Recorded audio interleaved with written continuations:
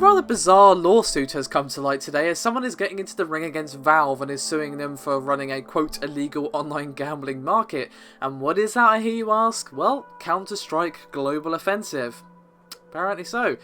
According to a report from Polygon, the suit is arguing that the trading of weapon skins in bets on Counter-Strike Go matches is basically akin to real gambling because, well, those skins can be cashed in for money and they basically function in a similar way to chips at a casino.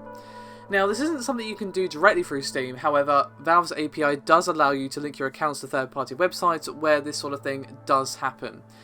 Basically, the suit is also saying that many of these sites make no age verification attempts, meaning that you can also be underage and do this. And as weird as this sounds, this is a real enough thing that Bloomberg actually reported on it and described it as a $2.3 billion business. Now, this lawsuit was filed on behalf of Connecticut resident Michael John McLeod, and basically is saying that Valve and third-party sites, which is like CSGO Diamond, CSGO Lounge, and OP Skins, quote, knowingly allowed, supported, and or sponsored illegal gambling by allowing millions of Americans to link their individual Steam accounts to third-party websites. In the esports gambling economy, skins are like casino chips that have monetary value outside of the game itself because of the ability to convert them directly into cash. And further, according to the suit, Valve actually directly profits from these transactions which are then tied to gaming. Now, just a moment ago, I spoke about the Bloomberg report. So what did they actually have to say? Well, one of the things they had to say, because fairly lengthy reports you might expect, quote, people buy skins for cash and use the skins to place online bets on pro CSGO matches. Because there's a liquid market to convert each gun or knife back into cash, laying a bet in skins is essentially the same as betting with real money.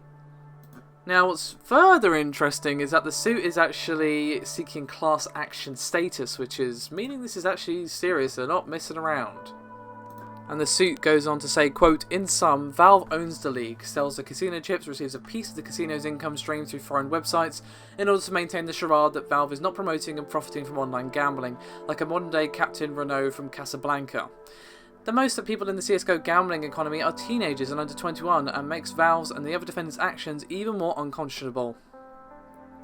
And also the plaintiff himself basically said he bought some skins in CSGO to gamble, both as a minor and as an adult, and lost money, and he is seeking unspecified damages. Now, as I said a moment ago, he is actually seeking class action status on this particular lawsuit, which does mean it could get pretty damn messy for Valve, I'm not gonna lie. This it could be ugly.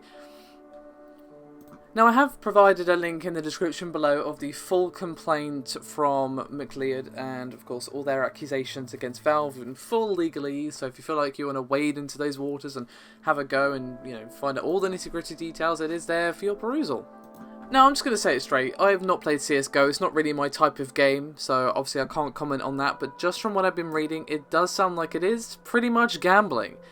The only thing that Valve can really say is that, hey, look, this isn't actually our website, this isn't Steam or Valve that's doing this, it's third-party websites. So basically, it seems, and again, I'm not a lawyer, nor do I know really much about CSGO, it seems like the accuser is going to have to prove that, look, Valve is directly benefiting from it, even though it's a third-party website. And if they can prove that, then yes, this is gambling. It is basically like chips, you know.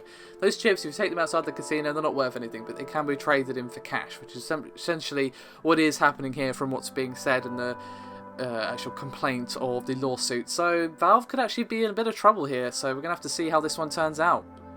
And if you can further prove that there's underage gambling going on, well, yeesh.